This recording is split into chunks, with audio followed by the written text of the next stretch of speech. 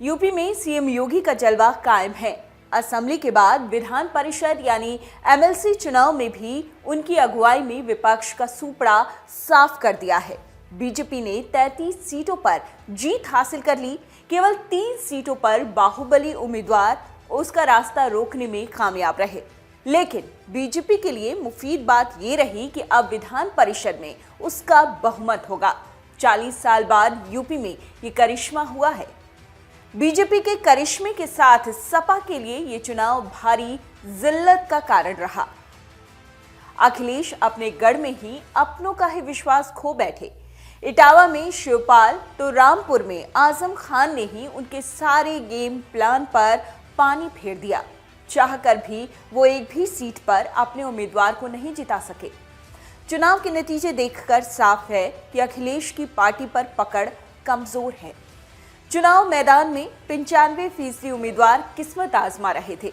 विधान परिषद की 36 सीटों के लिए हो रहे चुनाव में 9 सीटों पर बीजेपी के एमएलसी पहले ही निर्विरोध चुने जा चुके हैं।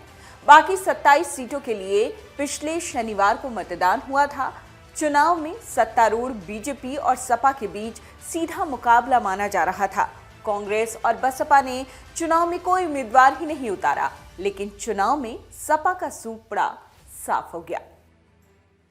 यूपी में बीजेपी का भाग्य 15 साल बाद 2017 में जीता था, लेकिन 5 साल बाद सत्ता में रहने के बाद भी उसे विधान परिषद में बहुमत नहीं मिल सका।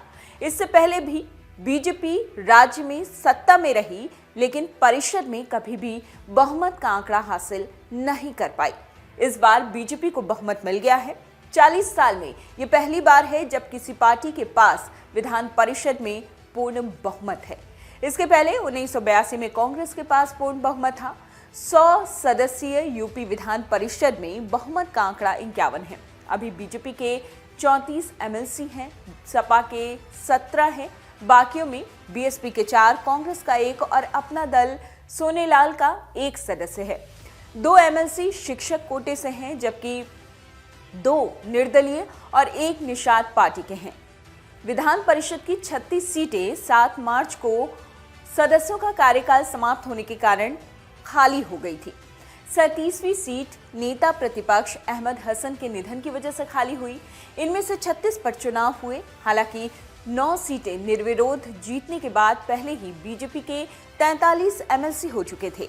9 अप्रैल को 27 सीटों के लिए हुए मतदान के बाद आए नतीजों में बीजेपी ने 33 सीटों पर जीत हासिल की।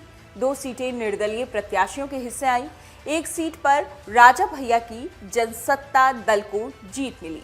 इस चुनाव में सांसद, विधायक, सभी प्रधान, क्षेत्र पंचायत सदस्य और अध्यक्ष, जिला पंचायत सदस्य और अध्यक्ष के साथ नगर निगम के पार्षद, मेयर, नगर पंचायतों के सदस्य और अध्यक्षों ने मतदान किया।